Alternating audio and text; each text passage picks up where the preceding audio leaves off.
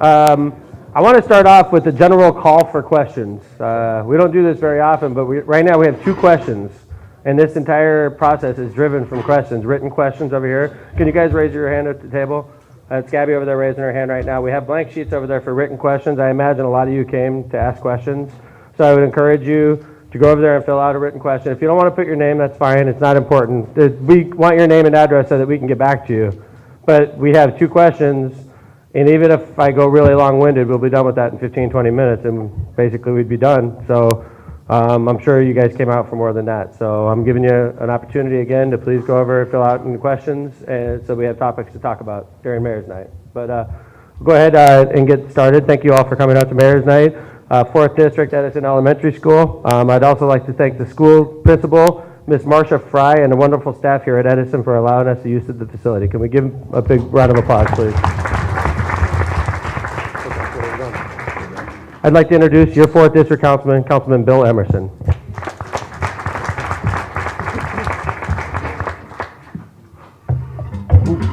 That was great.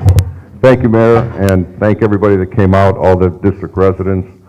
Also, I want to thank all the department heads that are here and are at every Mayor's Night. One thing I've been around for about a year now, but one thing I learned, and it was kind of a surprise. I don't know what I expected, but every time I call a department, and I haven't called them all, but whether it's water, whether it's streets, code enforcement, the police department, to help a resident get an answer, they are on it the next day. I mean, this has happened time and time again. I'm not saying I expected it to be bad, but it's been great. Sometimes the thing is done that day, and I'm just very lucky. I just have a couple things. 169th Street from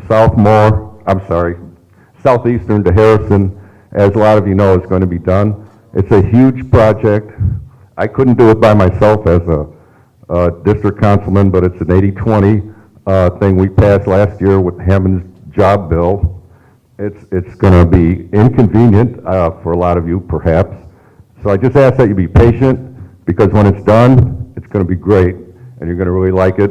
People have called me complaining about driving on it for a year now, and so you'll see the sign. You see them already. They're getting ready to do it. Trees, and it's going to be a complete project with conventional lighting, not ornamental. That's the deal. So again, it's an 80-20 thing with the federal and state highway funds. And the other thing I want to say real quick, because it's very valuable, you have every department head in the city up here and the mayor. And I wish I could pick up my phone in the car. You know, people call me. I wish I had like Stan or Gary Gleason sitting next to me, but I don't. I get back to them, but you have them here tonight, so I don't want to take any more time except to say I'm very lucky to be a 4th District Councilman, because the Cal Ripken World Series is coming to Hammond. It could be anywhere in the United States, and it's going to be in Hammond, and just by luck, I'll be honest, it's going to be in the 4th District because of the Optimists. So I'm real happy about that. It's in August, and maybe Pat Moore, someone has the exact dates, but please come out. Even if you don't have a grandchild or son on the team, come out and see great baseball. Thank you.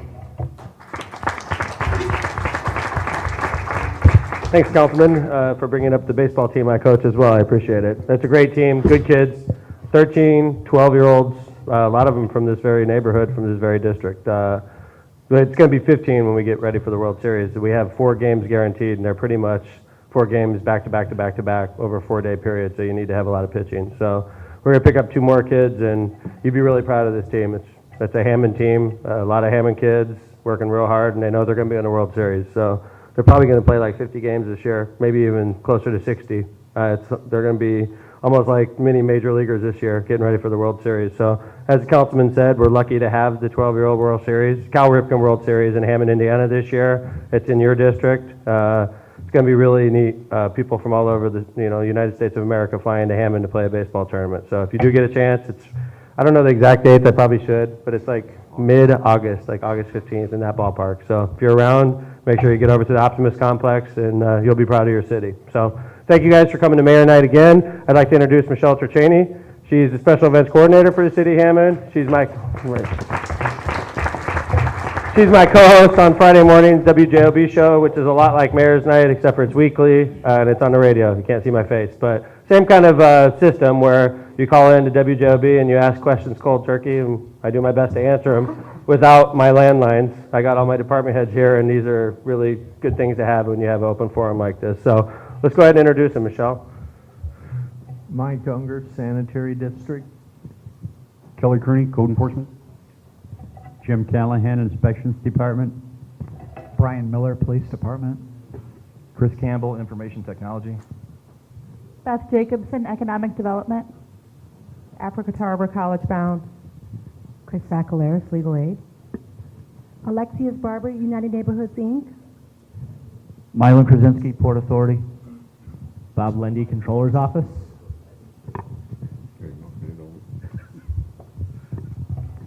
Stan Desotny, City Engineer. Jeff Smith, Fire Department. Carmen Paniagua, Hammond Housing. Brian Poland, City Planning. Phil Talon, Planning and Development. Steve Fowler, Recycling. Good evening, Scott Mitchell, your Sewer Department. Donna Muta, Hammond Parks and Recreation. June Walker, Water Department. Jan Perez, Sanitation. Gary Gleason, Street Department. Sharon Daniels, Personnel. Chris Cantar, City Attorney. Mark McLaughlin, Chief of Staff. Michelle Torchiani, Parks. All right. It's nice to see Mark McLaughlin here. I'd like to introduce Mark again. I'm sorry, Awana. Owana Miller, Community Development. Awana hid from us over there. Mark McLaughlin, could you raise your hand, Mark? He's taken over Monday, I believe, is the official day, it's unofficial that you're at Mayor's Night. We appreciate you being here. But Mark's going to be Hammond's new Chief of Staff, which is a very demanding job. The boss is horrible. The hours are horrible. So I really appreciate Mark stepping up. He's a lifelong Hammond resident. He's got a great education. He's got a great background. He's going to do a lot of good things for our city. So thank you very much, Mark. Welcome to the team. Welcome to Mayor's Night Out. As we indicated earlier, this is an open format. Please ask questions, written questions. What we try to do is stay on topic. If we're talking about rain events and flooding, like we probably are going to talk about tonight, and we're pretty much going to bring that up on our own initiative, we try to stay on topic. So if we start off talking about the written question about flooding, and you have a question about flooding or the event that happened on April 17th and 18th, just raise your hand. We'll come up, but we try to stay on topic. Then when we're done talking about flooding and basement backups, we'll move on to the next topic, okay? So let's just go ahead and start it right off. We'll talk about the rain event of April 17th, 18th. I imagine the questions are all related, and we can get into particular questions, but we had a rain event on April 17th, 18th. What day was that? It was Wednesday. Wednesday to Thursday. Actually Thursday morning, very early. And our guys worked overnight Wednesday. Or is it Thursday night they worked overnight? Yeah, it was NERPC. I missed NERPC that day. So it was Wednesday night to Thursday. Our guys in the Public Works Department were pulling an all-nighter, watching the river. That night, we had 5.5 inches of rain. I know many of you were probably awakened in the middle of the night by the thunder and lightning and the heavy downpours. 5.5 inches, 139 total backups, which is obviously a nightmare for us. We have to deal with individual cases where there's 1 or 2 inches of water in the basement, and obviously it ruins your carpet and it ruins anything you had down there. But to be honest with you, Wednesday to Thursday, on Thursday, there was one thing that was really on our mind was the Little Calumet River. And obviously with the history that we've had with that river, particularly in 2008 when it actually breached the levee and flooded the town of Munster, we watched it close. I was confident the whole time, Thursday morning. I felt safe as mayor because I know the kind of money and the kind of work that we put into that levee since 2008. Think about it, since 2008, we've completely finished the river walls, the levee walls that are inside there. We've added a pump station. We've added other structures that prevent, that help the flow go east in this case.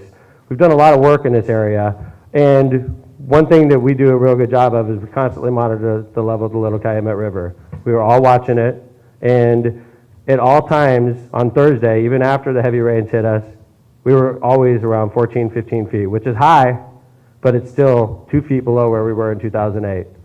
If we would have had a problem with the levee walls at 15 feet, that would have been major negligence on the part of somebody. I was confident the whole time, but we still took it very seriously. We shut down the Northcott Avenue Bridge. We shut down the Columbia Avenue Bridge. We sandbagged it just like Munster did. Munster came out of this unscathed as well. Obviously, basement backups are a horrible thing, especially if it happens to you. It's horrible for us because we get a phone call for every basement backup to happen. But in light of how serious that situation was, you know, it could have been a lot worse. So I'm glad personally that we came out of it the way we did, but we are dealing with the basement backups. Stan, could you add anything that I probably forgot? Yeah, the river actually reached 15.32 feet, which was slightly less than 2 feet from where it was when Munster flooded. We as part of our river control plan, which has gotten almost 3,000 homes out of the floodplain, we are required to close the Northcott Bridge and the Columbia Bridge once the river meets the minor flood stage of 12 foot. 12 foot, but in reality though, 12 foot under the old levee was Right. We're high. still not at risk. In fact, water never actually went over those bridges. We're going to end up fixing both of those bridges within the next 18 months. Water was hitting the bottom of the bridges this time, right? Yeah, water was in the steel on the Columbia Avenue Bridge, and it was just barely touching the bottom of the Northcott Bridge. And in 2008, water was going over the bridges and flowing down the bridges into Munster in this case. I mean, there was Over both a of them. clear difference in the level of the water between now and 2008. And thinking about it, like I get back to earlier, we've done a lot of improvements since 2008, so at 15 feet, we should have been, and I think we were very safe. But because of our flood insurance program, we were required to have both of those bridges closed. Once they get elevated, the first bridge that work's going to be done on is the Columbia Avenue Bridge, and that should start probably early summer, and it should be completed this year. And then Northcott right after that. We still have an issue over at State Line. There's a tieback levee that actually needs to be built. The levees over in Illinois are 2 foot lower than the levees in Hammond, so there always is a risk. So we were talking to Illinois, we were talking to Army Corps. We wanted to make sure that they were doing everything they're supposed to do on the Illinois side, which is open up the O'Brien locks, which would let water flow back into Lake Michigan, and they only do that only on a rare occasion, and also flood one of the chambers at the Thornton Quarry, which was done Thursday afternoon. As soon as they started to flood the chamber at the Thornton Quarry, then the river dropped 8 to 9 inches within minutes. That's a major factor. But Can I interrupt real quick here? You know, what Stan's saying, think about on the state line over by Forest Avenue, where our police chief happens to live. All right, so we're sensitive. Obviously, we'd be sensitive even if he didn't live there, but he does live there, and he gives us constant reports. Stan's talking about the levee on the Illinois side of state line. When the river gets to a certain point, it starts spilling into that levee, or into that pond, I guess is the proper word, right? Yeah, they've got an overflow pond. Right, and it literally just fills it up. And once it fills up, it gets to the same level as the river, and it stops filling up because the river and the spillway are both at the same level. We were filling it up at a pretty quick pace Thursday morning. It was full by 1 o'clock Thursday afternoon. So what would happen in a case where the river kept rising and there was no room left to expand in that pond? The only place it has to go is outside of the pond, and it's going to the ground onto state line, and water doesn't recognize state boundaries, so the water would just simply flow into Hammond backwards from Illinois into Hammond. So funny enough, as you all know, we built a curb over there that was a cause of a federal lawsuit when we built it. We did it to control traffic. One of the funny things about that curb is it's sort of acting as a flood control device for us. It's an 8-inch wall. And what Stan was talking about is if we have a deal with the Army Corps where in certain situations we would pack blocks or sandbags on top of that curb, it could literally turn into a flood wall. And by doing that, we can make sure that even if that pond overflowed, Chief Miller's house is never going to be affected because we're going to sandbag and put blocks all along state line, along the curb. The curb that we built that's acting as a traffic control device is helping us in our flood control efforts. Yeah, we were actually ready. Gary had sandbags ready. He had trucks with sand. We had one of our contractors had stuff ready to go that if we needed it. But we didn't want to make a big mess out there that if we didn't have to. But we kept monitoring it, and once the river crested about, I think like 5 o'clock in the afternoon Thursday, then it started to go down slowly. Now it's back to normal. Over in Illinois, they got basically the same amount of rain. Most of Chicago got 5.5 inches. Some of the suburbs got 6.5. They're still in crisis. They have some rivers that are still extremely high, and some that have gone over their banks. This was a good project to build these flood walls. And I could tell you, as your mayor, we have an excellent team of very skilled and experienced people operating during those events. Stan's been with the city for 4 decades.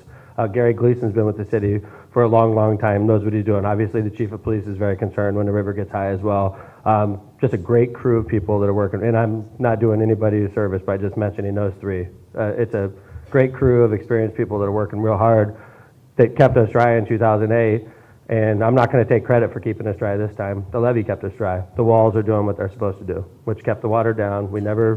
I never really saw a crisis. No. I mean, we were always ready. We were concerned, the thing is, once you start to flood, you can't stop it. So then you have to handle this, in a proactive manner. You've got to be ready to do something before you start to flood. Once those levees started to overtop over in Munster, they could have never stopped that water. Water's just way too powerful. Okay. I'm sure we have questions, so we're going to start off, and then if we have, I have a question right here. Mike? Yeah, regarding that retention pond by state line, Yeah. couldn't we work with Illinois to go up higher with that around the edge? Well, if Illinois would have to build up our wall is about 16 feet, is that fair, or is it even higher than that, Stan?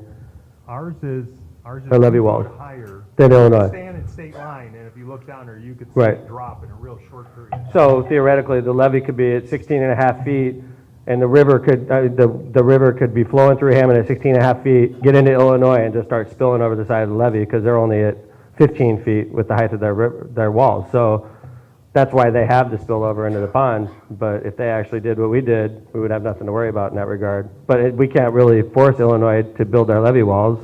So in the meantime, we would have had to leave Chief Miller and that whole neighborhood in the flood zone unless we came up with an alternative plan. Down the street from Chief Right. Miller, so. But then you're affected as well as Mike. But if we didn't come up with the plan that involved the state line curb and our willingness to put flood control devices out there, you would still be in the flood zone. Chief Miller would be also. Okay, questions? We have one over here. Michelle, could you wait until the microphone gets there? Because we're filming live on Go Hammond TV right now. There are a lot of people watch Mayor's Night Out live as it happens. If you want to watch it again, because it's so excellent, you could go home after this is over, and it'll be on Go Hammond TV on demand. You can watch it over and over and over again if you want. So, First of all, thank you for coming out to listen to the Yes, sir. concerns of your residents, and hello to the staff as well. thank you. My wife and I moved to Hammond about 7 years ago now. Great community. Thank you. And since we've been here, though, it really hasn't been any problems except for with the sewer system since we've been here. Mhm. And ever since 2008, we've been constantly battling this issue. Could with you the give us floods. your address or approximate address so we can look Sure, on the map here? 544 Locust. 944 Locust? Yeah, excuse me. The issue is this, though. Every time we get in hard rain, I hear everything that you've been talking about, the steps you've been taking to prevent any more floods. And the only thing I hear is water. Mm-hmm. Now, this is what I hear you talking about, is water flooding in. There's no Mhm. control on water. I love the fact you're But- asking this. In my home, we're becoming a landfill for sewage. Gotcha. Every time it rains, I ask all my neighbors around me, what did you get? Water. We're getting everybody else's feces, leaves, Mhm. dirt. I'm concerned about my health now. Gotcha. The problem is ongoing, so I thought maybe since... So in a heavy rain event, to summarize what you're saying, during a heavy rain event, you're getting even a rain sewage event, backup. I'm getting sewage. How often are you backing up per year? About 4 times, I would say. 4 times a year? Yeah, about at least. That sounds like- Not in the winter, not in the fall. Because, during a heavy rain event like this, Yeah. when our system fills up because it rains so much, I've learned a lot about rain events since I've become your Well, mayor. that's it, yeah. The water hit us so fast. The water's hitting everybody around my house once again. Mhm. I can Are you talk the only to one my on your neighbors. block, or is it everybody? I'm the only one on the block. Okay. Mayor, I can vouch for that. Right. That's the reason. Over the weekend. On my Okay, block. I I'm can't going speak for to defer. everybody here, Dr. but on Unger, you my think you block, grab a microphone? Everybody else is getting water. I'm Mhm. still getting a problem with raw sewage. Well, I think, and I'm not an expert, okay, but this is what I think, and I'm going to back it up with the PhD in a second here, okay? Thank you. I think that what you're getting is not, and I wasn't in your house, but all the rainwater, because we have combined sewer and sanitary and stormwater and sewer, and when we get hit with so much with rain, everything starts to back up, and it backs up into the dirty water. But I'm gonna ask Dr. Unger, could you help us out here? First off, it sounds like a problem in my opinion, and I'm not an expert, but if there's only one house on the block that repeatedly backs up, it sounds like a problem with that particular house, but I'm not sure. But could you sort of explain why this gentleman keeps getting backups into his? So with leaves, I'm getting leaves Mhm. from outside of the street. I'm But getting that sounds leaves like, yeah, coming in, that sounds like coming in. stormwater.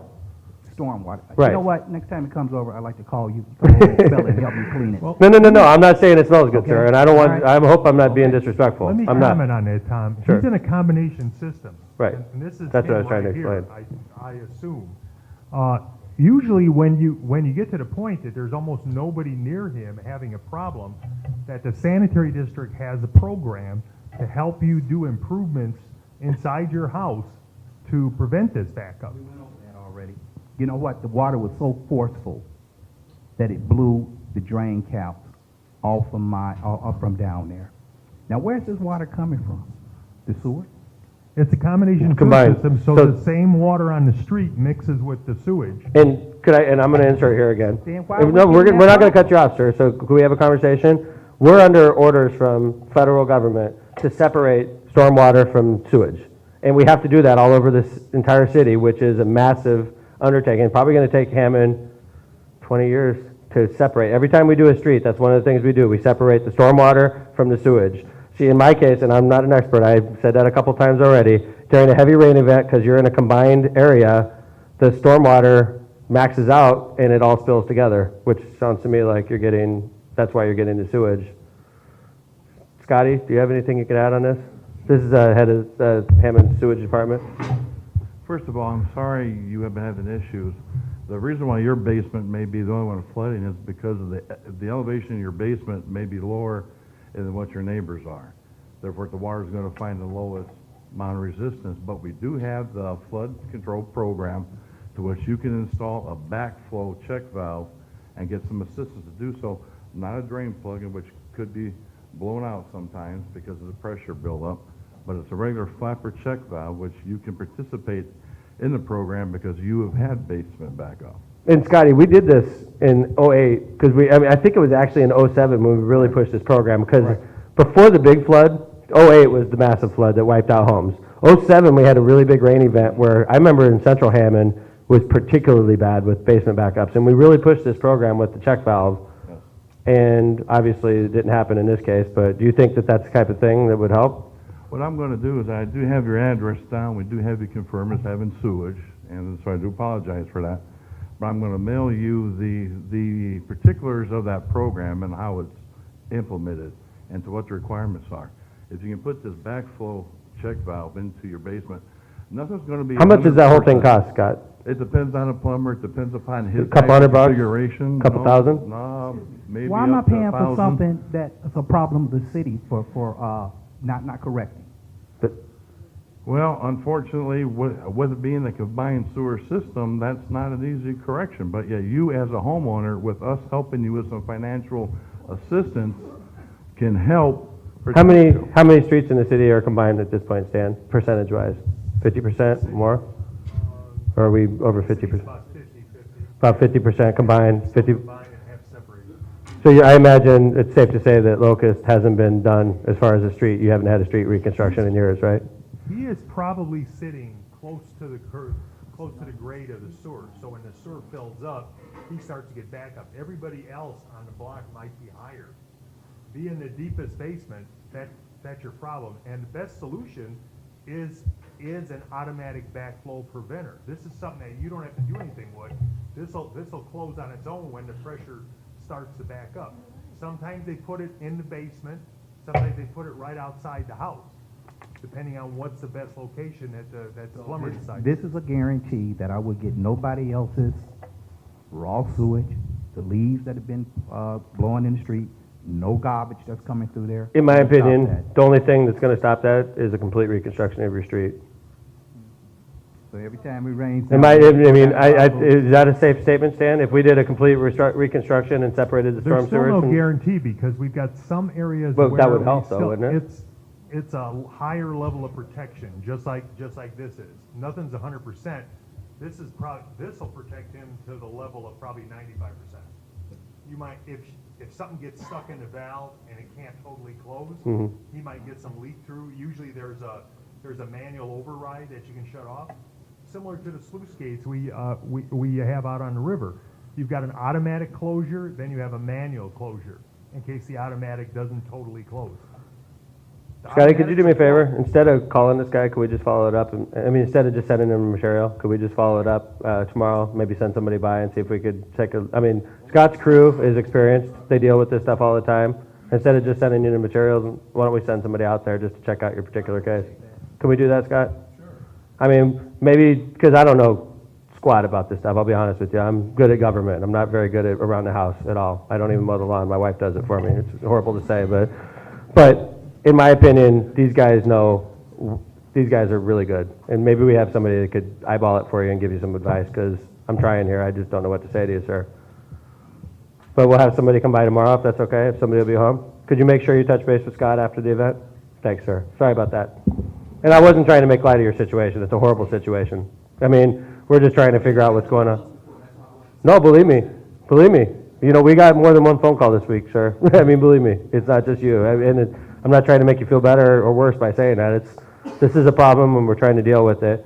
But thankfully the rivers didn't go over the levee, because then we'd be dealing with thousands of cases like this. And I'm not making light of the situation. We need to figure out how to help you, okay?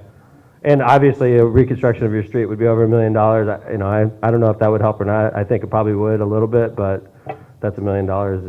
It's hard to find $1 million like that, so. The crap. No. No, it's okay. I'll see you guys tomorrow. Thank you very much. All right. Yes, sir.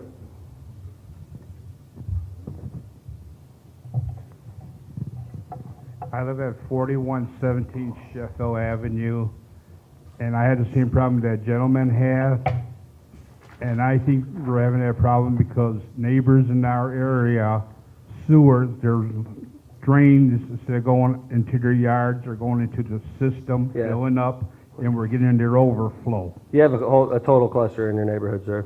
Pardon me? There's a cluster of backups in your neighborhood. But that's not what I'm asking you. What's the ordinance? Aren't they all supposed to be cut off, yes or no? But I missed your question, I'm sorry. I say from the drainage coming down years ago. Oh, you're talking the downspouts? Downspouts. Okay. People got them going into the system still. Why don't they get them cut off, and maybe that might help us? Because every time it rains hard, we get a lot of water. And I got water during the storm, and I have a copy of this because I've asked you before about it, and you never came back and never called me about it. This is when this first happened. So I do have the ordinance and the law in front of me, and I'll give it to the lady, and you could read it. Okay. All right. He's in an area that we've been separating. We've been working from the south-north. You can see the south end was relatively dry. Mm-hmm. We've got a storm overflow sewer running up Johnson. We have a big one. We just built one in Wabash.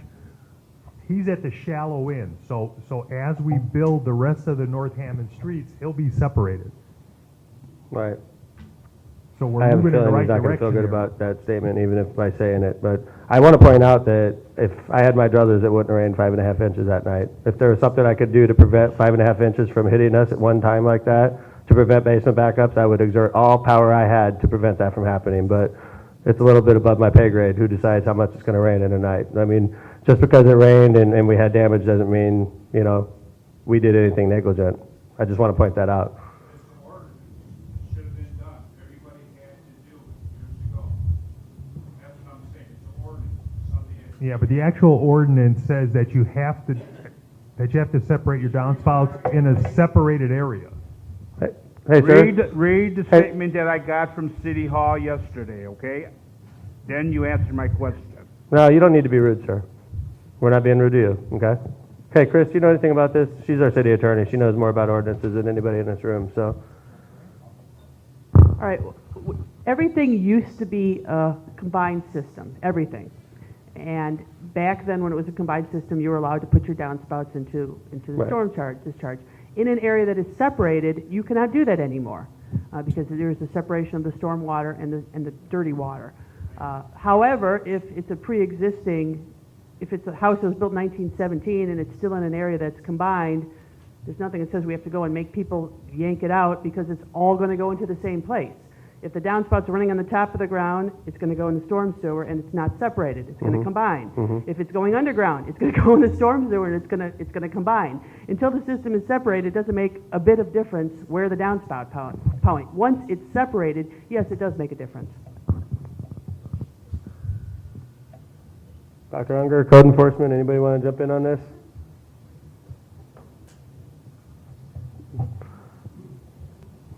Okay. Any other questions? Yes, sir.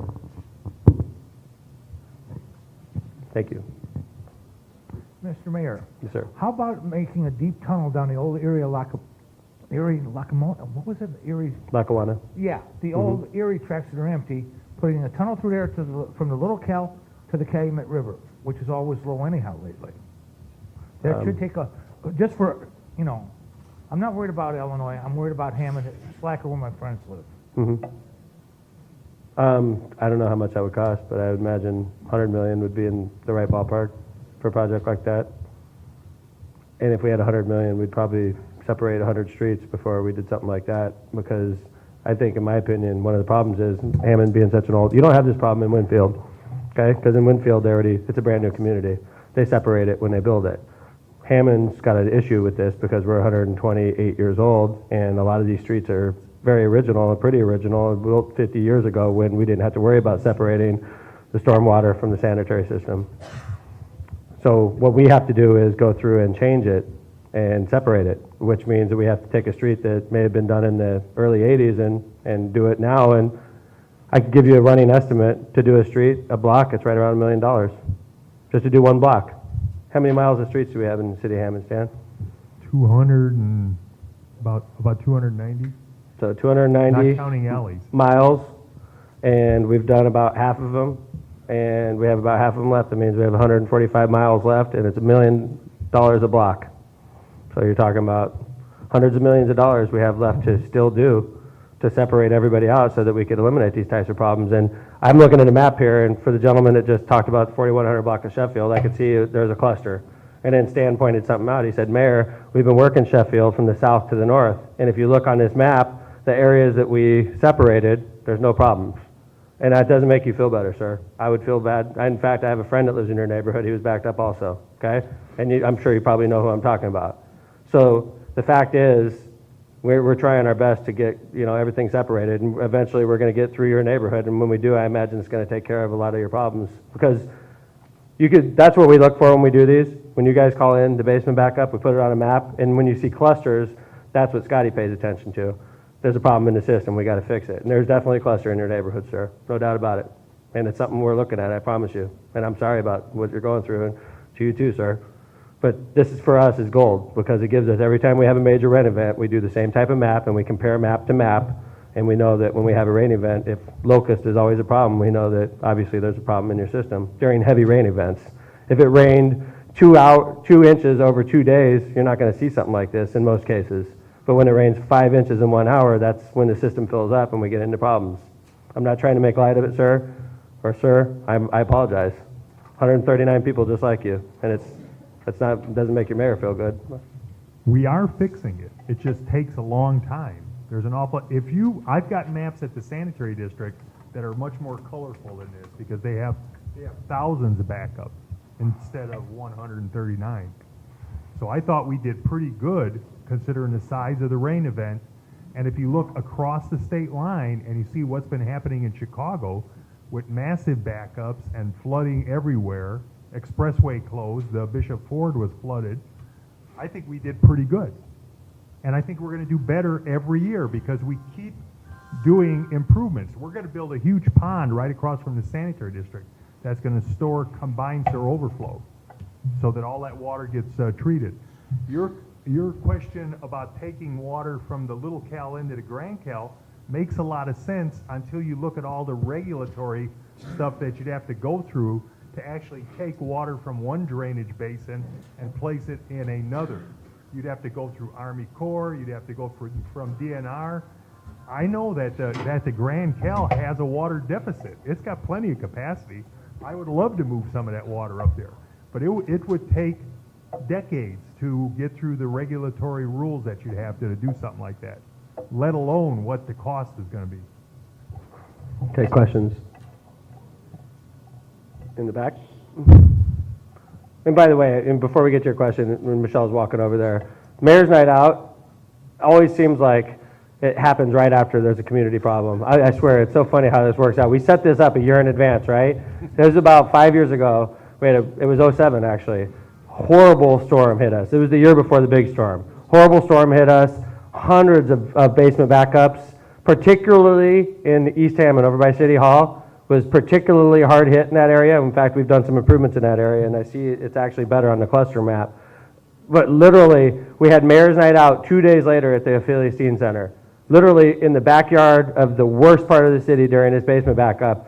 And I'll never forget that as long as I live. I was wondering why I wanted to ever be a mayor in my whole life. There was hundreds and hundreds of people that were very, very angry.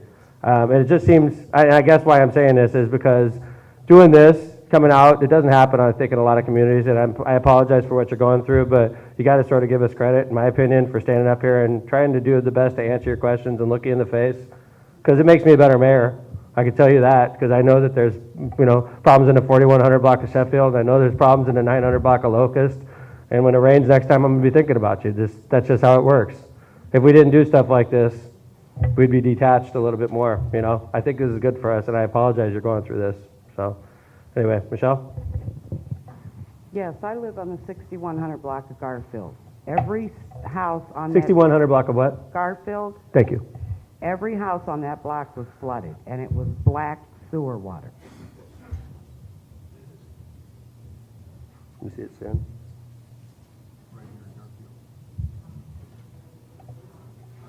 The south end looks good. There's some cluster right around Conkey. Right. Nobody called south of Conkey. 6100 block, yeah. 61 would be probably right around Conkey. Okay. Yeah, you're right, just south of those two dots right there. So, yeah, you're right, I got you.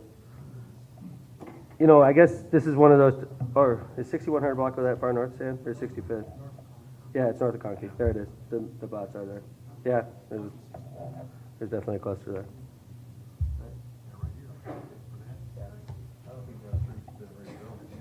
No, that street hasn't been rebuilt.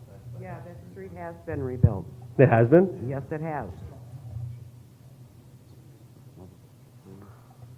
How long ago, ma'am, do you know? About 4 years, maybe, Wow, something like that. that's not good at all. All right, we gotta follow that up. If your street's been rebuilt and you're getting this problem, that's not good at all. We need to videotape the sewer and see if there's any kind of. Scott, could you follow that? Thank you. We had 3 calls on that block. 6100 block Garfield? Obviously, it's a problem. So, do you think you can hang out after the meeting, ma'am? Yes. Thank you. All right, questions? From the man in Robertsdale. I see like 10 dots in Robertsdale, George, so, Oh, no, this is, can you hear me? yeah. Stan, could you identify, as I understand, on 129th and Calumet, there's all these floods out there, and we're cut off from going south. And I understand that that's a state responsibility. They were supposed to have built something there, and are there other places that you can identify that are the, I guess, the responsibility of the state, and they haven't done their, I guess, work or, their duty or whatever the case may be? The 'Cause- state of Indiana was out there. State of Indiana started to clean the ditches. We found that there's a very large culvert on the BP property that was plugged up with beaver debris.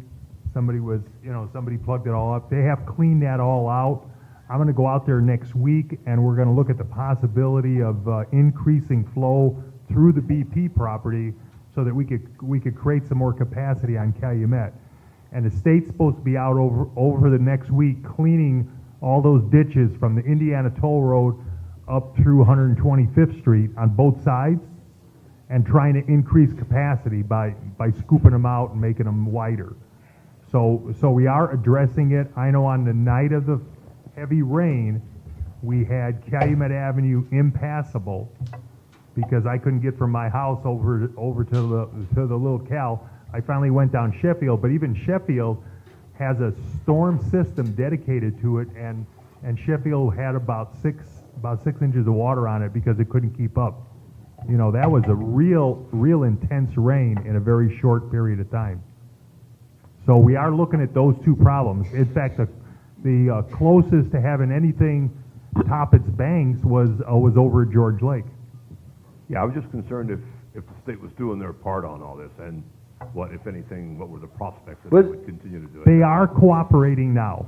Now that they saw the issues, I don't think that they believed us that street was flooding every time we had a 3 or 4 inch rain. Thanks, George. I mean, I know I'm not in Robertsdale right now, but we put a brand new pump station up in Robertsdale last year, Dan? Yep. With a new force main. Yep. And when you look at Robertsdale, it did really, really well. I mean, but that cost us millions of dollars in, to put stuff like that in. And I mean, when we do our projects, as expensive as they are, it actually helps. And obviously we have a lot of work to do. And we know that, by the way. It's like, it's like when the FEMA says, we're taking 150 homes in Hammond out of the flood zone like they did last week, but there's still a couple homes left in the flood zone. It doesn't mean our job's done. It means that we still got to work to get those last homes out. We have work to do, and this is the hand I was dealt. Hammond was what it was when I took over, and I'm not making excuses, and we have to do better, but I think that we're making progress, especially in regards to fighting floods.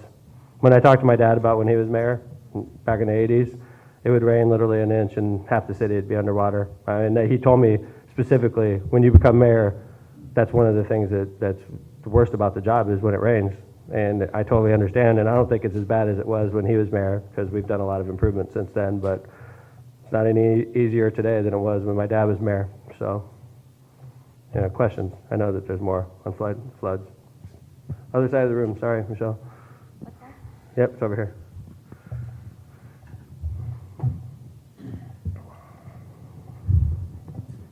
Yes, sir.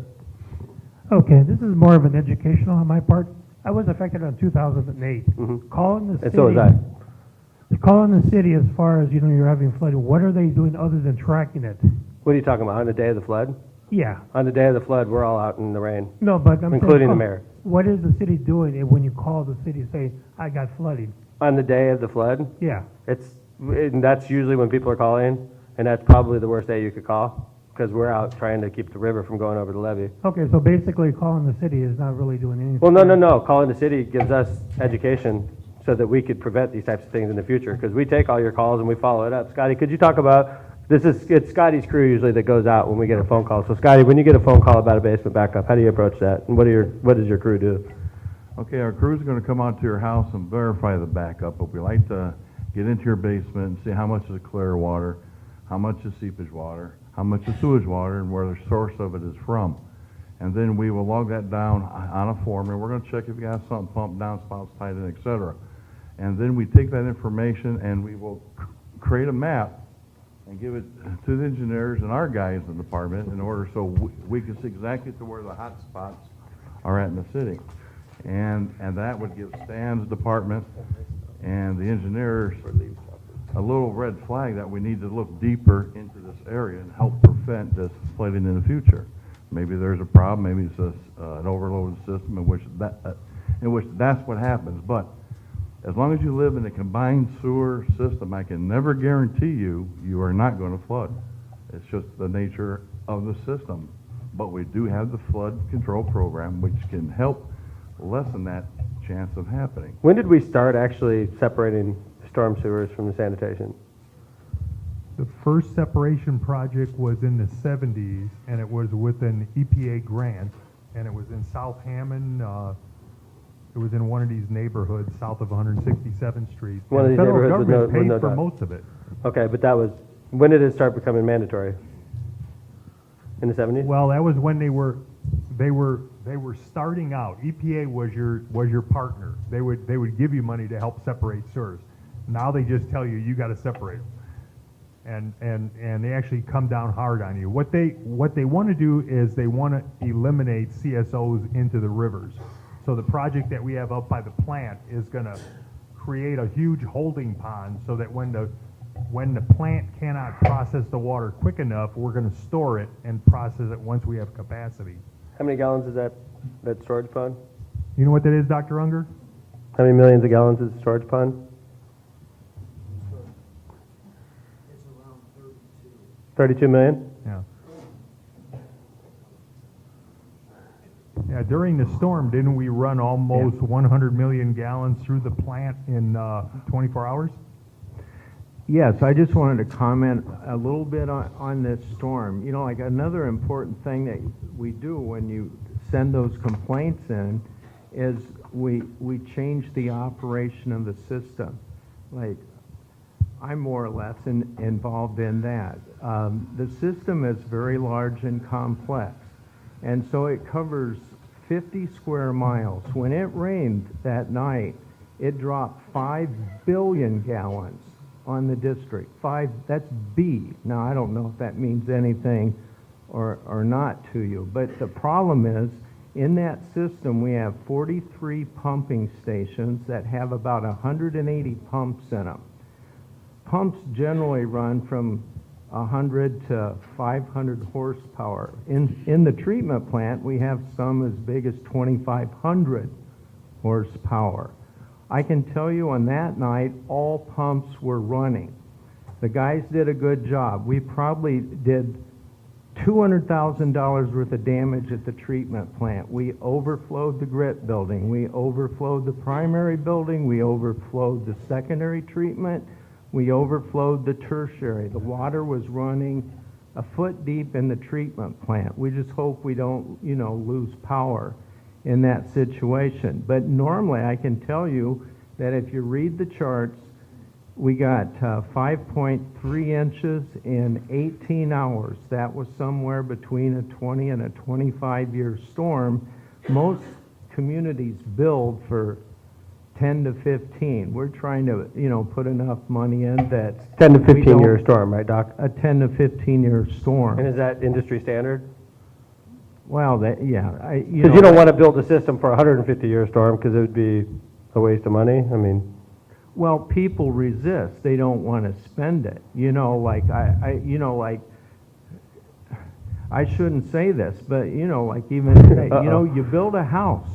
We didn't control how to build that house. What we have to do, and I would suggest this, I'll go to the board and we'll take this, we'll put some money in it, we'll analyze every one of those 130 backups.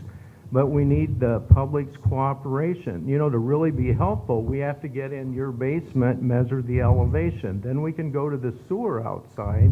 What we try to do is operate that sewer so it never backs up, to the basement level. But you can't go in and tell someone, please raise your basement. You see what I mean? I mean, we need cooperation. You need to have to put a standpipe to raise it. You can backflow preventer, overhead plumbing, whatever the choice is. We help people do that. But, back to the story, it just really rained a lot. And, we had the Whiting people out on the lakefront. Mm-hmm. Well, we'd rebuilt the pumps in the Robertsdale pumping station. It goes out to, a cement block building. Well, we blew that thing apart and washed it into Lake Michigan. We were doing our part. I'm just saying, And Whiting actually filled up their retention pond that night as well, right? Well, they did, yeah. But, when you have one of these big, our job is to pump as much as you can. We only can pump 500 million gallons. So, 5 billion falls on the area. Now, the good news, every place there's a yard or something, it soaks some of it up. So we don't have to pump the entire amount, but on that particular rain, we had every, pump going, and it just wasn't enough. And so the Columbia Avenue sump rose up almost 1.5 feet more than what we would have wanted to. And then when that does it, it backs up into the Johnson, and then that's where we had flooding in the Soul. And so if you really look at it, that accounts for probably 80 or 90% of those backups. If you go and we actually calculate the 1 million gallons that runs into that sub-basin of the pump station per inch of rain per square mile. through the years, you can just say like Seoul and the Calumet Munster one over there in Munster. You know, like in the downtown, you've cemented sidewalks, buildings, asphalt, you know, more runs off. We typically get 8 to 10 million gallons that runs off per inch per square mile, and an inch of rain only drops 17 million. So that's telling you 50% of that water is running off. I think I got carried away. I don't even know what my point is, except, you know, like, it's a big system. We have to, during these times, I know it's stressful, but it's really important, the guy over there that asked, you know, what do? You know, like, we need that call in. And then we need, you know, Scott has to get some basic information on, elevations. You know, like if you don't want us in or something like that, we can guess at it, but it's better if we get exact numbers, we go back and compute it. I mean, you know, the downspout question over there, you know, like, that's a great idea. We actually did, in fact, remove downspouts.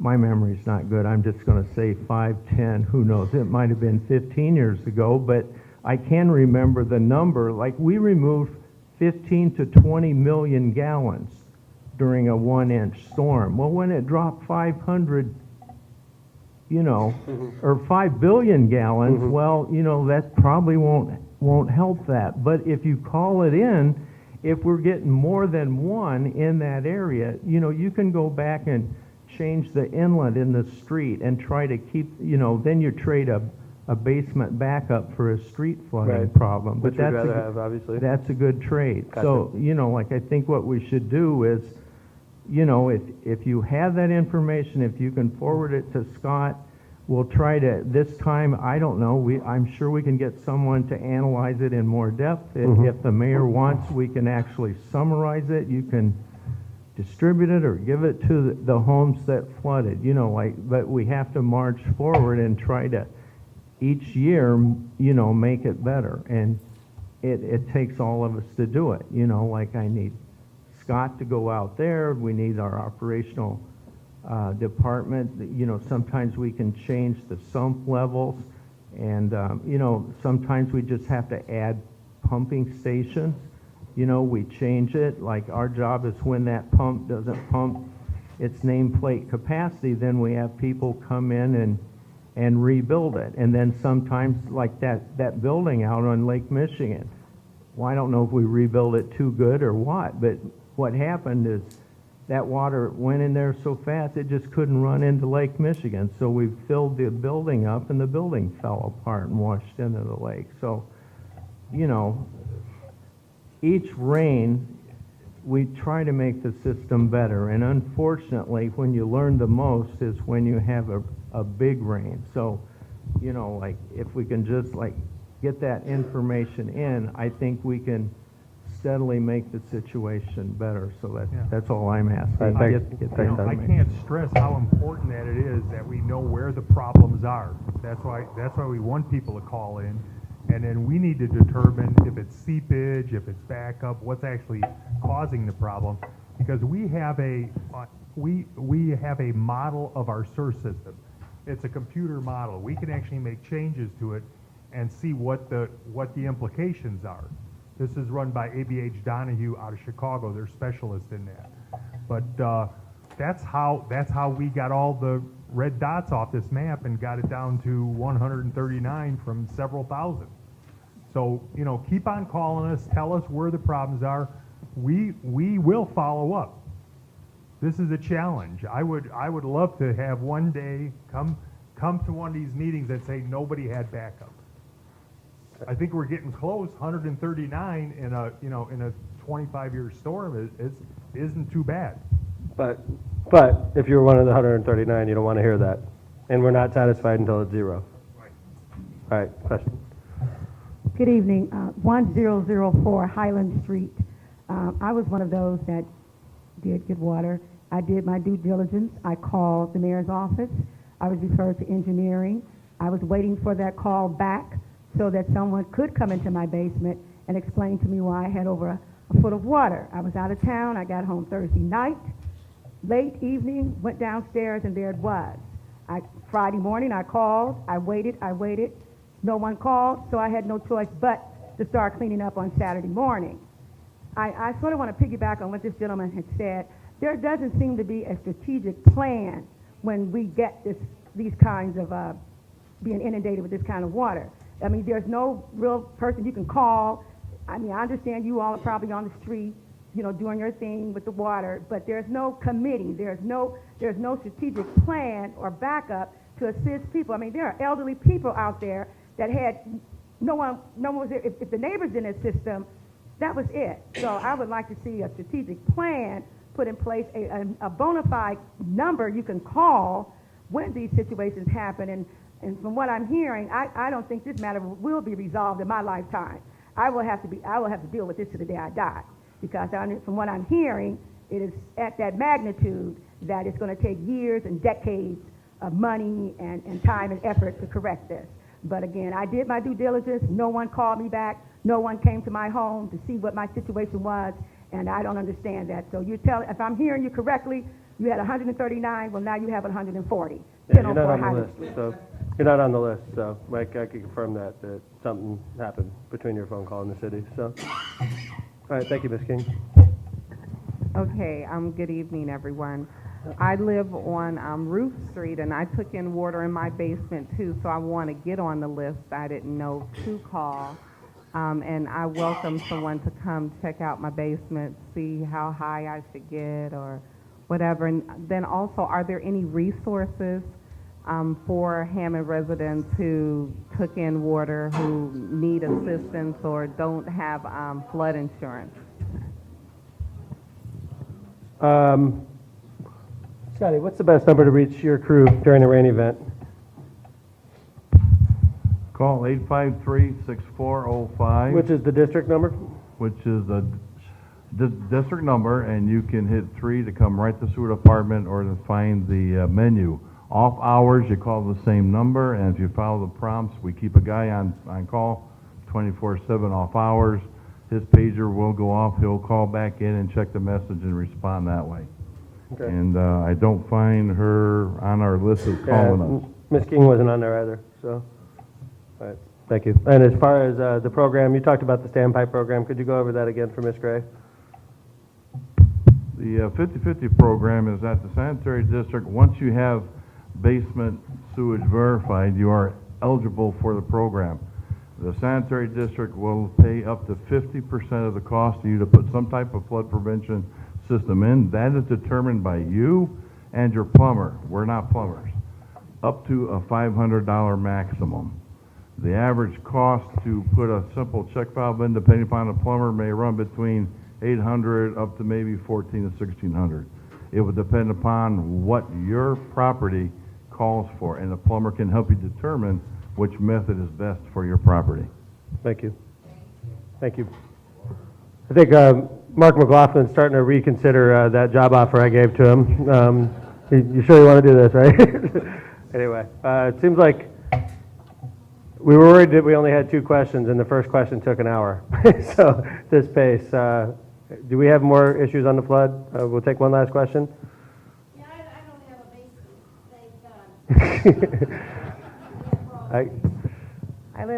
I live at 6618 Howard Street. Okay. And right off of Howard Street, 167th, they need a new street between 167th between Indianapolis Boulevard to Calumet Avenue.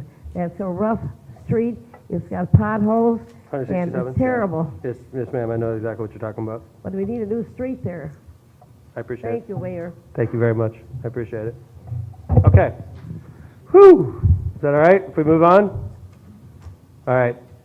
To summarize, for that hour conversation, we learn from these events, and we try to make the system better.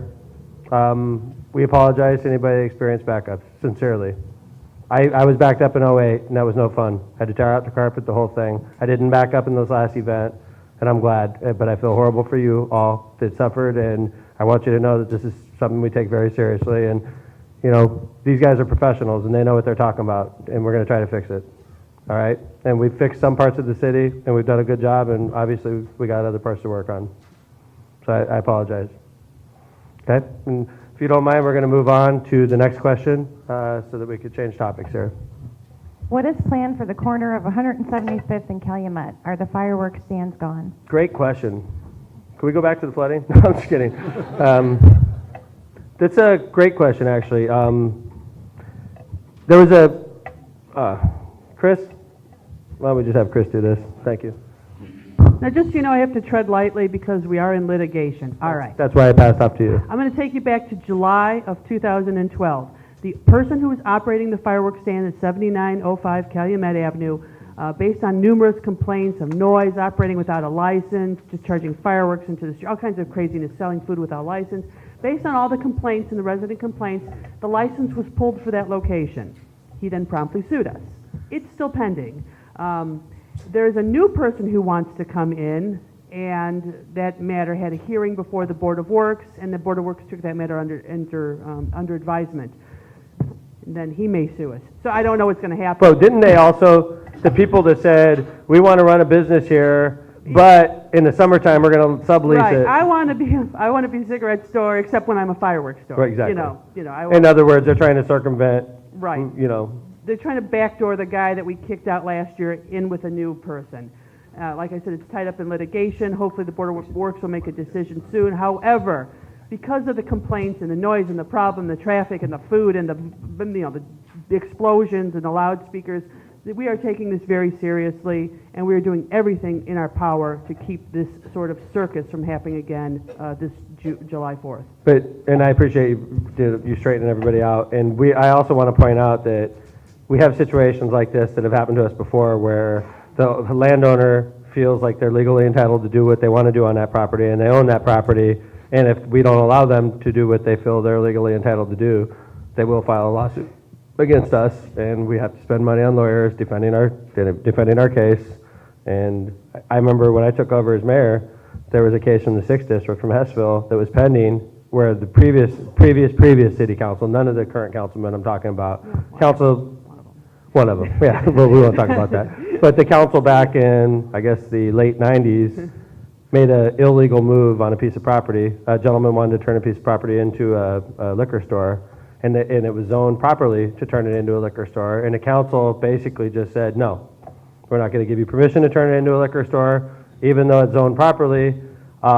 They basically said that on the record, and we were sued. And when I took over as mayor, it was to the point where we had to either go to trial and lose because we had no defense, really. Actually, we'd lost already, and it was up on appeal. It was on appeal, and we thank wound you. up paying the owner a $1 million? substantial $900,000. Yeah, $900,000. And we were dead meat in that case. And it was, so we have to be careful on 7509 Calumet, even though they're horrible operators, even though they have plenty of reasons not to be able to allow to do business anymore. We got to tread lightly because if we step in it too much, we're going to end up getting multi-million-dollar lawsuit filed against us. So, but we have a great city attorney. Chris has dealt with people like this many times, and we're dealing with it. And I'm not crazy about fireworks. I'm not. But there are good operators and there are bad operators, and I would consider them a bad operator. I don't mind the big guys, actually. The big guys, I'm fine. You know, the big guys across 8094, you know, for the most part, their buildings are safe, and they got sprinkler systems, and it's the ones, the gas station that turns into a fireworks store 2 weeks before the 4th of July. That's the problems I have. Or, you know, maybe we wake up one day and Dairy Bell turns into a fireworks stand. That would be a bad day, you know, because I love Dairy Bell too. But, you know, it's stuff like that we have to watch out for. But Just so everybody knows that fireworks licenses are regulated by the state fire marshal. We have absolutely zero control over fireworks licenses. So anybody who has any concerns about fireworks licenses, they need to contact the state fire marshal. We have absolutely no licensing or regulatory authority over the sale of fireworks. However, we do have regulatory authority over the use of buildings in the city of Hammond. So we do what we can. thank you, Chris. All right. Any follow-ups on that? 7509 Calumet, definitely a big issue in this part of the city, and we're very aware of it. So, and quite frankly, my assistant chief of police doesn't live very far from here at all. Right, on the other side of Calumet, but he lives real close to 7509 Calumet. So, thank you very much for the question. When do you plan on adding more lights that have not been completed? Van Buren, 169th through 175th. Okay. This is a process that I work with, because the way we divide gaming money in the city, it's the council is allotted 10%, each council district's allotted 10%, and the mayor is allotted 30% for citywide projects. What we do is, through the engineer's office, we work with the local council person, in this case, Councilman Emerson, and we work on the projects that the councilman and the engineering office thinks. You know, the engineering office grades on need, councilman grades on what the council person believes is need, and we sort of compare notes. And what we do is, once we compare notes, we decide, based on the amount of money we have available, which is really the limiting factor, what's going to be done. For instance, and I don't know exactly what Councilman Bill has available to him this year, but I would guess it's no more than $2 million. Is that pretty close? It's less than that. It's less than that, okay? It's less than that. But let's just say it was $2 million in this case, okay? He would literally have enough to do 2 blocks in the 4th district, right? Correct. I mean, 2 blocks in a district with hundreds of miles of street, and that's all he has money for. And and by the way, we usually have a lot more money than other cities and towns.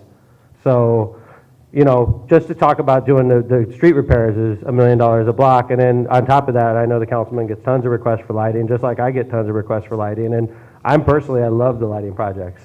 Now, Stan doesn't like the lighting projects so much because his department pays for the utility bills for our city, which skyrocket because of what we're doing. But I believe in the lighting because I talked a lot to Chief Miller, who also loves the lighting projects because it helps lower the crime. Mayor? Yes, sir. If I could interrupt Sure. just for a second. Sure. I have a list, and that person appears to be anonymous, but if you want to talk to me after the meeting, besides 169th, which is conventional for the big project I mentioned, I've got 5 other projects I've submitted to engineering. They're not approved yet, so I don't want it set in stone that these lighting projects will be done. The only one that's been approved is 165th from Columbia to State Line, and I'm gonna replace what I call bug lights, those yellow lights that I don't, and I guess back in the day they were cutting edge, but we're gonna increase the lumens, the brightness of those lights on 165th. That I think is a go. The rest of these I depend on engineering and the contractors to tell me, well, you're never going to be able to afford that. You got to be kidding. But I've submitted what I think is doable this year. So if you want to meet me after the meeting, that's fine. And I tell you, I have a high track record of teaming with councilmen on lighting projects. In fact, Councilman Bill and I are working together on 165th. Right? Correct. So, you know, if I'm approached by a council person that wants to do lighting projects because maybe they have an extra 100 or 200,000 to do this, we usually team up and we get twice the bang for our buck. So, anyway, is that your question? No, that was me. So Great, thank you. I'll be meeting with you. Outstanding, thank you, sir. I'll show you my list after. And we take anonymous questions. If you're not comfortable putting your name down, that's fine as well. The reason we ask for your name and address is so that we can follow it up with you after the meeting. Okay, yes, ma'am. I have a question. Sure. They just did a couple of years ago, actually, Madison, Mm-hmm. Kim Poland, Yeah, and they did from 175th okay, to the 7400 block. okay.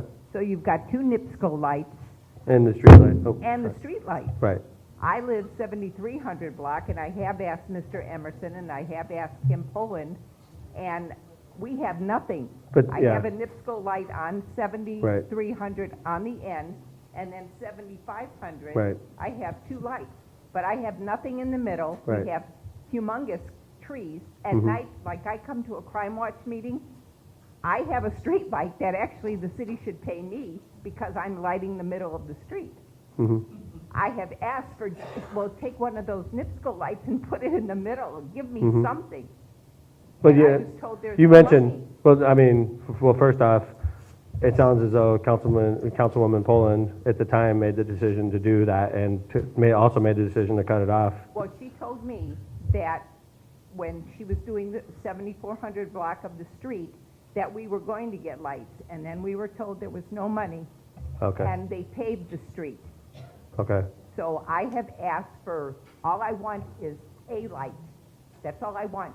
Just, the trees are so big because the Mhm. block is old. right, which is Just to common. light the middle of the street, Right. because in the summertime when the kids are walking, Mm-hmm, I mean, we have had problems with drugs there, mm-hmm. and the police have come and actually hid behind the tree, and you don't even know they're there. Okay, so My you're saying son- 73 to 74 Madison? 7300 block. My Right. son and my husband, we had kids that came to the house with baseball bats. I mean, at night, if I don't have my light on, Gotcha. it's just All right, black. we'll follow it up, Cayman. You're the 7300 block, and you want to light what, like at 7325? Yeah, like in mid-block. Right. NIPSCO light. NIPSCO, 2 lights on. But are the trees below the NIPSCO light? That's the problem. The canopy of the tree and the light's up here, so the light can't penetrate the canopy, which leaves it dark underneath. Well, Right. Yeah, typically we have 3 on a block. If the block is 600 feet long, we have 1 at either end, and then one in the middle of the block. So we'll check on that. With the ornamental lights, we have 5 in a block because they're shorter, they're under the tree canopy. Okay. And then I walk with my grandchildren, and where you have the ornamental lights, people have actually painted them black. So I guess they don't shine into the house. I don't know if you are aware that they're doing Yeah, this. but they don't have to do that because we have shields. we have globes that we could change out and they redirect the light. So Somebody's actually painted one. I've only seen that happen twice. You know, Where somebody went out and just want painted it a black on the light. backside. Just a light. You to can't Okay. please everyone. Ma'am, So- I promise you, we'll take it down and check it out. And then, If you know, just walk past my street at Mhm. night, and I won't turn my light on, and you'll see how dark it is. okay, thank you, ma'am, I appreciate it. I got it. All right, next question. How far west is 169th repair going? Great question. It's going from the Boulevard to Harrison? Harrison. Right, Stan? No, it's going from southeast. This is the Southeastern, last you're right. phase You're of a right, right. 4-phase project that's going to rebuild the street from one end of the city to the other. New We lights. started at Klein Avenue and we went all the way up to Southeastern. Now we're going from Southeastern To Harrison. to Harrison. Right. So, Uh, which will construction- complete it this year, which is going to be sidewalks, lights, It should be curbs. completed this year. It's got a real tight schedule because we're putting a new water main in, new sewer. I think it's got a December 1st. We're separating the completion date. storm sewers from the, Yeah, there's Yeah. a new storm sewer going in Mhm. there, yeah. so, great. Any questions on that? Great. It's a $9.5 million project, 80% federal. Yep, that's wonderful. Well, like Stan said, we went from Klein Avenue. When I took over as mayor, I think they just got to Kennedy, right? And we took it from Kennedy all the way over. So that's a project, I've been mayor now over 9 years, and that's a project I've seen basically inch its way across the city. And I live by Purdue Calumet, and what it's done for that area, lighting-wise, is amazing. Councilman Emerson was talking about the bug lights. I totally agree with them. The bug lights people thought they were a good idea, and as it turns out, we can get a lot brighter, a lot more efficiently. So, anyway, hey, I want to introduce the city council members that are in attendance, and I apologize for not doing this sooner. First off, I'd like to recognize 5th District Councilman Michael O. Pinker, the council president. Thank you very much, Councilman. I'd also like to introduce Councilman at Large, Dan Spitali. Thank you very much, Councilman. And I know she was here and she had a crime watch that she had to run out for, but I do want to recognize her because she makes so many meetings and it's so nice to see an elected official do that. Councilwoman Janet Emerson, or Janet Vanez, sorry about that. Yeah, the secret is out. Yes, it is. Sorry about that, Councilman. And 4th District Councilman Bill Emerson, thank you very much. So. All right. Let's, you know what? I'm going to do a commercial break real quick. I'm going to pass the microphone to Mylon Krasinski, who has happy things to talk about. This has been an unhappy mayor's night so far. Let's talk about the good stuff going on at the Port Authority. Good, thank you. Lost Marsh Golf Course, even though we've had all the rain, we're open. So come out, spring rates, Monday through Thursday, $35 with a cart, and Friday, Saturday, Sunday, $40 with a cart. Don't hesitate, come out, golf. Driving range is open, the executive course is open, so we're doing really good. We're going to be announcing shortly the summer concert. It's going to be at the end of June. Right now we have CCR, and they're going to be coming out. We're going to be working on some What's the other... date on that concert, Mylon? 28th. June 28th. Yes. So it's before the fest. Before the fest. Right. CCR, I've seen them a couple times. They're really, really good in concert. Within the next week, we'll be up and running with Ticketmaster, so that'll be you'll be able to get your tickets that way. Great. And then we'll also have a place somewhere at the port to get your tickets as well. Outstanding. And then eventually, everything's going to be popping with Wolf Lake and kayaks and canoes and paddle boards and pedal boats. So that's going to start happening. So keep it, and also, just come up to the lakefront and walk. It's a beautiful time of the year to do that. Next week, Saturday or Friday, or no, I'm sorry, Sunday, Monday, and Tuesday, it's going to be in the 70s. Yeah. So I'll believe it when I see it. okay. All right. Thank you very much, Mylan. Sure. Mylan's the head of the Hammond Port Authority, which is basically north of 129th Street in the city of Hammond. They do a great job for us. I'd like to point out a couple of the acts we have lined up right now for the Festival of the Lakes. We got Smokey Robinson has confirmed. This is going to be really nice. He's playing Wednesday night of the festival. And the only other acts we have confirmed at this point is Saturday night. We're working on a couple of the acts right now. One of the acts that's already confirmed, actually a long time ago, is LL Cool J is playing Saturday night at the Festival of the Lakes. And there's a Latin band that we confirmed for Sunday, and I believe it's called Banda Limon. Am I correct? Banda Limon has confirmed, and they're playing Sunday, from what I understand. They're a very good band. Carmen, is that true? It's going to be nice? It's going to be packed? I hope so, too, because I'm going off of other people's recommendations, so I hear that they're outstanding. So Smokey Robinson's confirmed 100%. CCR at the concert series confirmed 100%. LL Cool J and Banda Limon. We're working on 2 major acts right now, and I think people are going to be real happy when they hear if they confirm. So that's the status update on that. Thank you very much for bringing that up, Mylan. Does anybody else have anything they feel is important to add to the 4th District before we jump back into questions? Carmen, with the Hammond Housing Authority, obviously that's a big part of the 4th District. Could you grab a microphone real quick?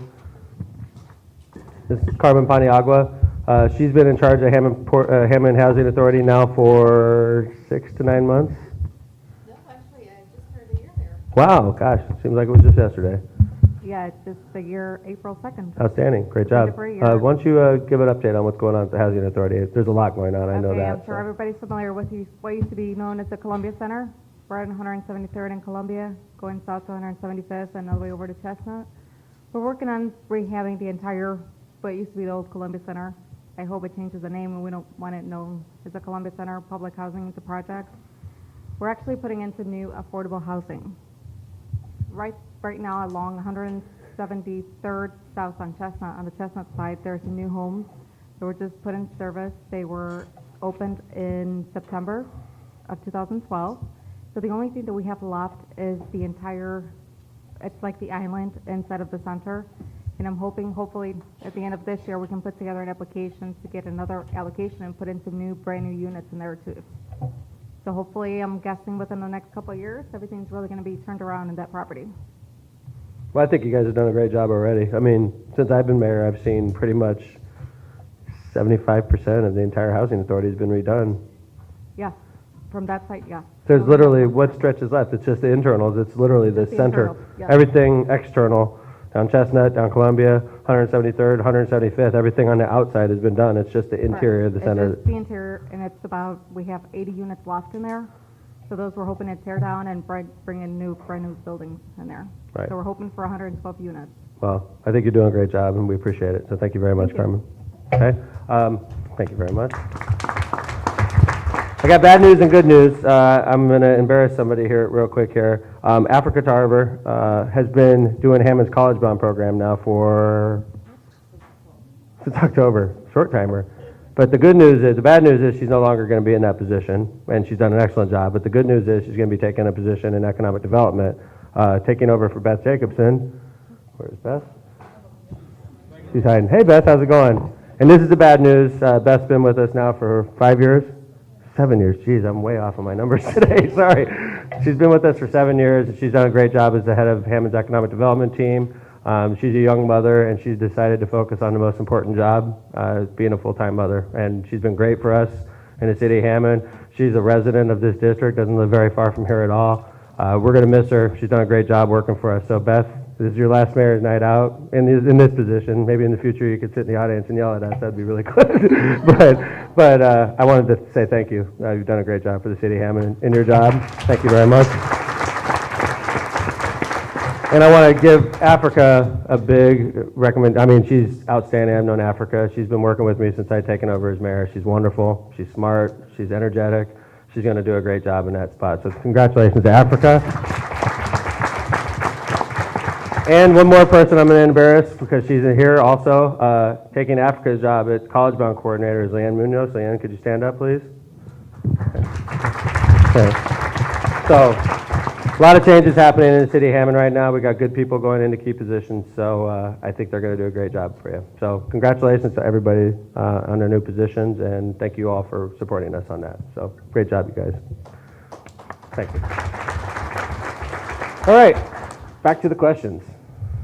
What happened to the house on 171st in Columbia? 171st in Columbia. I'm picturing 73rd. Is that the parish? From St. John Bosco? Yeah, I think. That's not the parish house, right? Thank goodness. I go to church there. That would be bad. Across on the west side of Columbia? Okay. Mayor? You know anything about that, Jim? Right, yeah, it was on our demo list, order to repair list. The bank actually had ownership. The bank refused to invest any money fixing it up, and we really hated to demolish it, but we were left with no choice. Okay. I mean, one of the things that we're proud of in Hammond is the fact that we're active in demolitions, right? Very. Very. I mean, and that's a good thing, I think, for people sitting out there. If we have a problem property, we're going to identify it, we're going to get it, we're going to put it on the ground, and hopefully maybe the neighbor will pick up the yard, or maybe a new house will be built on that location. How many homes did we demolish this year, or are we about to demolish this year across the city? We've been averaging 100 a year. We're probably close to 50, 75 this year already. Right. That's And great. a lot of these have been vacant for quite a long time, boarded up, and I'll never forget, I don't know if I ever told this story, I used to drive by a house on Jackson every day on the way to work, and he had a big yellow house that was boarded up. Nice homes on both sides of that. And I drive by and I think, gosh, every Christmas, every Thanksgiving, every holiday, birthday, anniversary, when my family comes over, they're looking at this house. Mhm. And I get a phone call from the mayor one day and said, Jim, you're in charge of demolitions. And that's the first house that we knocked down. And we had, I can't tell you how many. So you're saying you're using government to create your own goals, right? I've got one in Knickerbocker I'm looking at. But no, it's not, you know, we try not to start out as a demolition. We try to do an order to repair, ask the owner to invest in a property, bring it up to the standards of the other houses in the area to help keep the property values up. Many times, the owners are not willing to invest in the property. They only want to collect rent. Another big issue is when we find the illegal cut-ups. There might be a single-family home that's been converted to 3 or 4 units. We find that, we make them restore it back to a single-family home. They're not going to invest the money to, you know, $10,000, $20,000 to remove 3 apartments to have a single-family home and collect 1 income on that. So that usually gets boarded up, and then police get calls because people are breaking in, stealing the copper and whatever. And we eventually board it up, and the owner walks away from it, and we demolish it, unfortunately. But it's something that what we're seeing now is how much the neighborhoods appreciate it, because they don't like the fact that there's boarded up houses. Many times they've had a boarded up house and their kids break in and start them on fire, and then the houses on either side of it could go with it. So it's something that we're very active at, and people that live next to or in that area really appreciate what we're doing. Jimmy's in charge of the department we call inspections. We created it to combine department, combined with code enforcement, which works in inspections, with building, and also with zoning. And they're the experts, and they're the quiet heroes of the city of Hammond. They really are. They go out there and they find these problem properties and they pester the negligent owners, and eventually we get control of that property. And like Jim said, you know, it's the good news is when it hits the ground, and we take care of the neighborhood, you know, 1 house at a time. Jim doesn't live very far from here, block or 2, right? Yeah, you live a couple blocks from here anyway. I'm just trying to point out, I mean, a lot of people standing up here live very close to Edison School. Right, Jim? Yeah, he probably still drove here, but he lives only like a block away, so. Did you drive here? Yeah, that's what I thought. Anyway, thank you very much. No, but what they do in inspections is top notch. If you have a problem property, inspections, or code enforcement, or building for that matter, but it's the Department of Inspections that's the one that's gonna go out there, and they're the good guys. So if you have a problem, Jim, what's a good number that can contact you?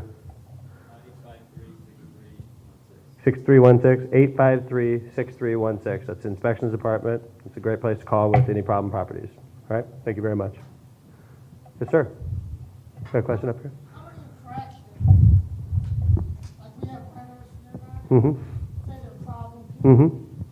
How many infractions before they could be evicted? Great question. This really depends on if it's criminal, you know, if it's just a code issue, but I'm going to have the city attorney jump in here. We have a program we call the Nuisance Property Program, and it took off to the extent that I had to get an old file cabinet from the police department to put all the files in. It's a 4-drawer file cabinet. And those are all nuisance properties.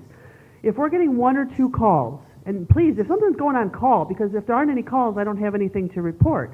If we get 1 or 2 calls or it starts to look like violence is occurring there, I'll send the landlord a letter, and I'll say, hey, look, these things are happening at your property. If I get another report, I'm going to cite you in court.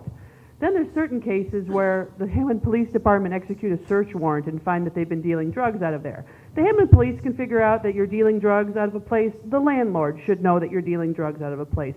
We had one person, it was a gang house. They had actually spray painted gang symbols on the outside of the building. So if the landlord had even just driven by slowly, he could have seen that there were gang symbols all over the side of the building. Problem is, most of these landlords don't even live in town.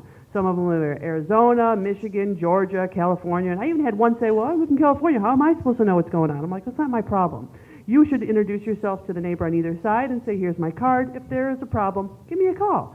But that doesn't work that way, so we cite them and they come to court. So if there is a problem property in your neighborhood, please do make police reports. Please call, say there's suspicious activity or junk vehicles or people outside making a lot of noise after hours and shooting off things or drinking or littering. Make a call, because if there are enough calls, the police are very proactive. They all have this little sheet that I think Sergeant Rob Cobb created that indicates, they put on there who the property owner is, they put who the tenant is, and they put all the calls and what the nature of the calls are. And then they forward it to me.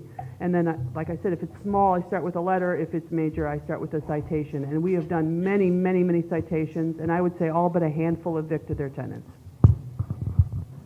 Okay. Does that answer your question, sir? Thank you. It depends. And I have to piggyback off what Chris says. If it's, a major problem, like maybe like a criminal element, we're obviously way more aggressive than if it's a code issue. Maybe they're not mowing their lawn every 2 weeks or something like that. It really depends on the severity of the problem. But thank you for the question. Any other questions? Okay, next question.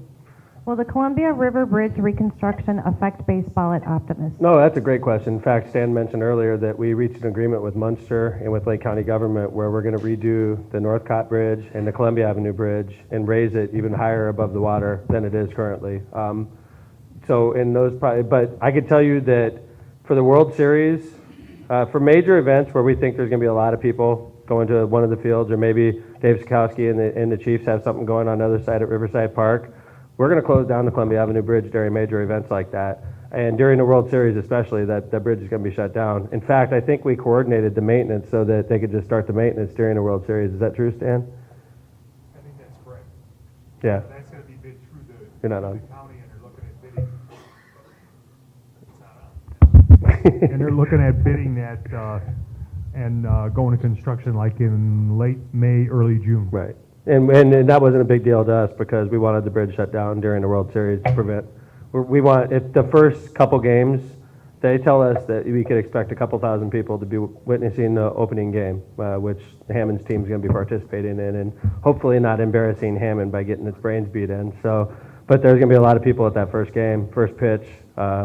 Senator Donnelly told me he was going to try to come out and throw out the first pitch. It's a major honor for us. But we had already planned on having that bridge closed down, so it's not going to affect the World Series. Regular season, will it affect people's ability to get there? You got Northcott right down the way, and that'll be open when Columbia is closed. So, Any follow-up on that question? Gentlemen, wanted to know about parking, if there were going to be shuttle buses For the World Series?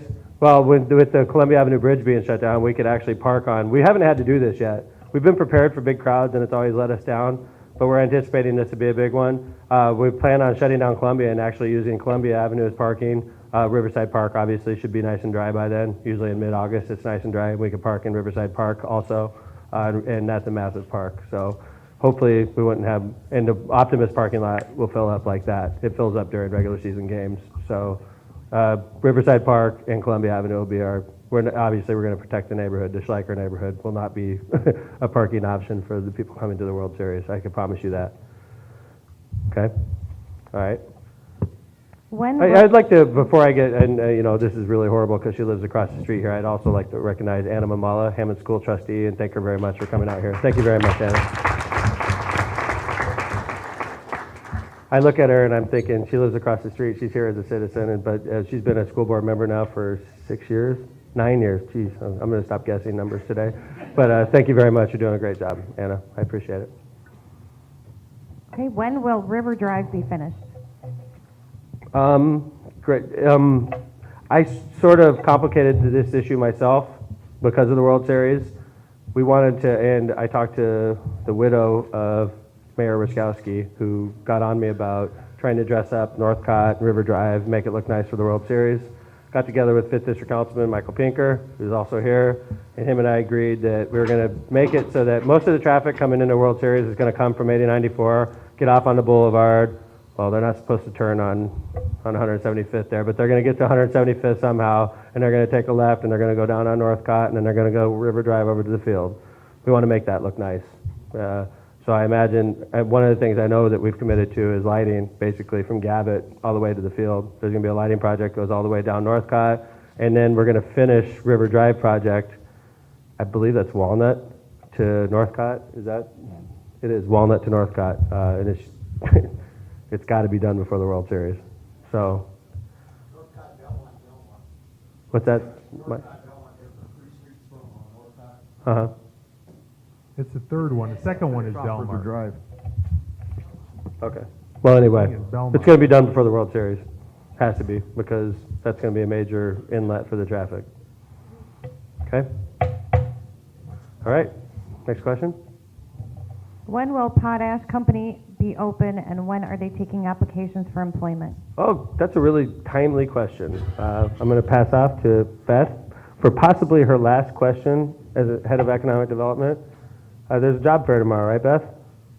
There is a job fair tomorrow. However, Potash will be starting construction soon. I think that their time frame, and maybe Phil can jump in here and help me out, but I think it's about 18 months, their total construction time frame. Right. Does that sound good? Yeah, but Potash is going to be at the job fair tomorrow, right? They actually won't be, because they won't be hiring until, until a little bit later. So they won't be at this job fair, but hopefully next year's job fair they'll be there. Okay. But IHB will be there. IHB is also a big beneficiary of the Potash project. Absolutely, yeah. IHB put in a lot of trackage for the Potash project, but also for the benefit of future potential development at the site, totaling multi-millions of dollars in future development. So it's a good thing looking forward. Potash construction is going to take a little while, but when they're open, it's going to be massive. It's a massive distribution center. And I'm going to pass out to Phil in a second here, but for those of you that listened to my radio show last week, it was funny. I read the newspaper like crazy right before the show, because if there's anything in the newspaper, it's obviously fair game for open question. So I'm pouring through the newspaper, and I'm getting ready to walk out the door, and Marissa said, "Honey, did you look at that Texas explosion at the fertilizer plant?" And I said, "Yeah." And she goes, "Somebody's going to ask you about that." I said, "Marissa, nobody's going to ask me about that." And I left. And I go onto the radio, and I sit down, and the first question that comes in is Potash going to blow up like the fertilizer plant? And I'm thinking, first off, I don't know the answer to this question, and secondly, as soon as I get home, Marissa's going to be all over me about this, right? So I educated myself since then and discovered that, and talked to a lot of people that knew a lot of things about potash. It's like earth salt. It's literally, potash is mined from ancient seabeds, and it's literally salt. It's not flammable, it's not fertilizer, it's not going to blow up. And I wish I would have known it on the radio show because I was mad because I got asked that question and I didn't know the answer. But potash is not flammable. It's very safe. There's no fertilizer at this plant whatsoever. They do deal with that stuff, but not at the Hammond plant. Hammond plant's going to be a storage facility. Saskatchewan, Canada is where the potash comes from, and it freezes up. And when it freezes up, you can't get potash out. And where they need the potash right now in the spring when the farmers are getting ready to plant. They need the potash during this time of year, and they don't have a way to get it from Saskatchewan to here in a timely manner unless they stage it ahead, which is what the Hammond plant is going to be, a staging area. They're going to have millions of bushels of potash at the ready so that when March and April comes, the potash is in the fields, and Saskatchewan will start storing for the next season right away. That's the purpose of this plant. Phil, could you jump in? Yes, potash right now has almost 700 to 800 train cars a day going through that site. So they're already moving potash through our site. They just have not started construction of the regional distribution center yet, which will begin in mid-July. And as Beth mentioned, it is about an 18-month process. So you're talking about putting applications in, they're a good ways away from that. However, part of this project and the job creation portion of it is also with the IHB, who will be there tomorrow. And it's also with some of the other major rail lines that are going to be hiring people because of potash coming into this area, like CSX and Norfolk Southern and companies like that. So I would suggest coming to the job fair tomorrow and going to the IHB table because they have hired people already because of this project and they're still hiring. Thank you very much, Phil. Phil's the head of the planning and development, which encompasses economic development and community planning and stuff like that. So thank you very much, Phil. Any follow-ups on the potash project? Okay, thank you very much. It's going to be off of Summer Road and Hump Road. Summer Street and Hump Road. It's going to be, you go off Summer, off the Indianapolis Boulevard, take a left on Summer, go about half a mile down, take a right on Hump, and it's literally, you drive into the railroad tracks and the distribution center is going to be right there. It's a $70 million project altogether. So it's a good thing for all of us. It's going to help lower our tax rate. So thank you very much. Mayor, this is a comment thanks to the street department on how quickly they pick large items that we put out. Great. Gary, could you give him a phone number? Phone number seems to be a good thing to give out to this. If I have a couch or a TV or something I need you guys to pick up. Yes, what we did because of the flood, we had the office girls notify, they actually put an area for each foreman to come in. So if somebody called in with some flood problems and something they had in their basement or whatever, it was top priority. The foreman would come in every hour or two, pick that up, and go right out and get it picked up. So in general, besides that, if you have any brush or any household debris or something like that, you can just call the street department. It is a little faster if you call us, because then we make a ticket. Tickets are top priority. Once they're done with the tickets, they just run an area. So 853-6431 to get hold of us. Okay, and Gary, just the other day we had all of our public works supervision in the office, and this is something that's not even really public knowledge yet. We'll just go ahead and unveil it here. We decided that we were going to do a cleanup program for the summertime in the city of Hammond. Could you talk a little bit about that and maybe give recommendations? If you have ideas on how we could help clean up your neighborhood, you can contact Gary, who's in charge of this program. Yes, what we're going to do is myself, street department, park department, sanitation, and recycling. We're going to take men and women from each department every Saturday. We're going to put 6 hours in. And what we're going to do is each foreman from the areas are writing down kind of like a wish list, what they want to make it more better looking, come in Hammond. I mean, so much as actually we noticed today that some of the stop signs and stuff are rusted. We're going to paint those, clean up the entrance to the city. So there's all kinds of different things, different ideas that different departments want to do. So each week, like for instance, this week we're going to work with Park Department. They're going to take us where they want to go. And then next week it'll be myself, and then the week after Johnny. That way, whatever they want to get cleaned up or taken care of, we'll all concentrate on them. Okay, thank you, Gary. So if you have any recommendations on parts of the city we can clean up, like, you know, maybe a part of the city looks real bad, or maybe the weeds have grown real tall and you want us to come down and weed whack it, and sometimes we don't have enough time during the 40-hour work week because we're sandbagging or we're, you know, so this is going to be an opportunity for us to work a little bit harder on the weekends and help do that extra cleanup in the city of Hammond. So if you have any ideas, please give them to us.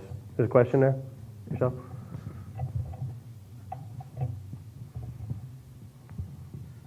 Does the the entranceways to the expressway, the areas there when you merge onto 94, is that city property? Great question. No. I want to tell you, I went out there the other day when it was really nice, Mhm. and I pulled my car over, and I picked up everything that was Thank you. recyclable. That's And I really, just wondered if we could get some groups going, or if it is our property, or it's not. I'm gonna, and I know Gary wants to jump in, but the clover leaves, they look bad because people are throwing stuff out of their car, and the state who's responsible doesn't pick them up. The clover leaves, the grass will be 4 feet tall, no exaggeration. And we get yelled at, Mayor, the clover leaves on Kennedy have 4-foot tall grass, and it's the state that's responsible to pick them up. We call the state, they say, oh, we only mow 3 times a year. What? Gary, you want to jump in on this? Yes, your concern is ours. We do the same thing with them. We call them and they'll tell us, yeah, we're coming out, and they don't show up. Regarding the clover leaves, I know it's kind of unusual, but we do sometimes still sweep those. When I get off on 8094 on the Kennedy going north, it's like a wind tunnel there. I could go by today and it'll be nothing. Tomorrow, it looks like a disaster hit. We do sweep those. It gets us so frustrated because they won't come out and do it, and instead of, all of us exiting into Hammond seeing it, we do that. Now, like the mayor said, with the tall grass and stuff like that, sometimes we've had gone and cut it because it got so bad. It was just an eyesore for the whole city. But regarding those, they're not ours, but we do try to sweep them as often as we can. Or even pick them up. We'll go by and they're just an unacceptable amount of litter, and we get the complaints for it, and we are the city that looks bad, so we'll go out there and we'll do like you did. We'll send a work crew out there. I'm just back and forth every day, Kennedy, Indianapolis, Calumet, and it's just such a sad thing. You get off and you sit there and you wait to merge, and you see all this trash. Yep. So that's why I said, it just takes one person, and one person can tell somebody else whatever. But if we get it picked up now before the grass gets so tall, it's a lot easier to pick up. Once that grass gets tall, it's just really difficult. Well, you know what? This is a perfect time for you to bring that up because we're talking about parts of the city that we can focus on with our Saturday work crews. So maybe we can go out there and work one day doing that also. So thank you for bringing that up. Okay. My favorite time of the day, the last question of Mayor's Night Out. Actually, it's an invitation for you. Oh, it's even better. It's an invitation to special games luncheon for you, as we, the board, sure hope you can come to the games. Also, the board wants a picture of you. What board? Kay Pasalic. Oh, hi, Kay. Nice to see you. Got your invitation. Kay's as everybody knows, the mother of the late councilwoman, Kathy Pasalic. Thank you very much for showing up, Kay.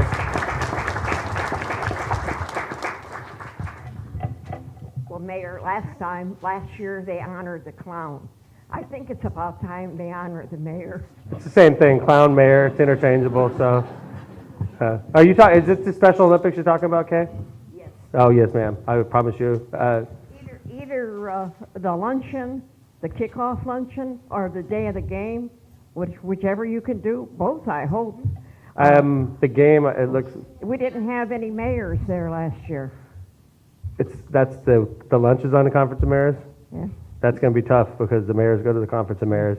So it sounds like I'm going to have to make this Saturday, which hopefully won't be a conflict. Well, if you can't make it, maybe you could send your new assistant. I haven't met him yet. Somebody will be there.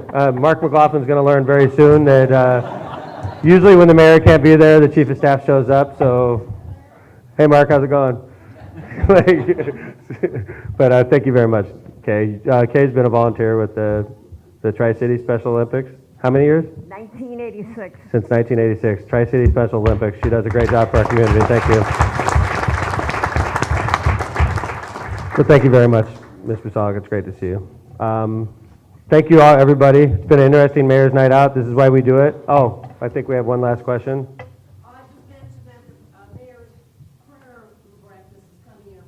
Thank you. Good commercial. So Mayor's Prayer Breakfast is taking place. Awana told me May 2nd, I think. I remembered. May 2nd at the Dynasty. Okay, so if you want to go to the prayer breakfast, come on, check Community Affairs at 853. Oh, Awana, could you stand up, Awana, so everybody? Awana has free tickets to the event if you want to see it. The prayer breakfast is a really nice breakfast at the Dynasty on May 2nd. If you're interested, please see our Community Affairs Coordinator, Awana Miller. Thank you for coming to Mayor's Night Out. We appreciate it, and I'll see you next month. Thank you.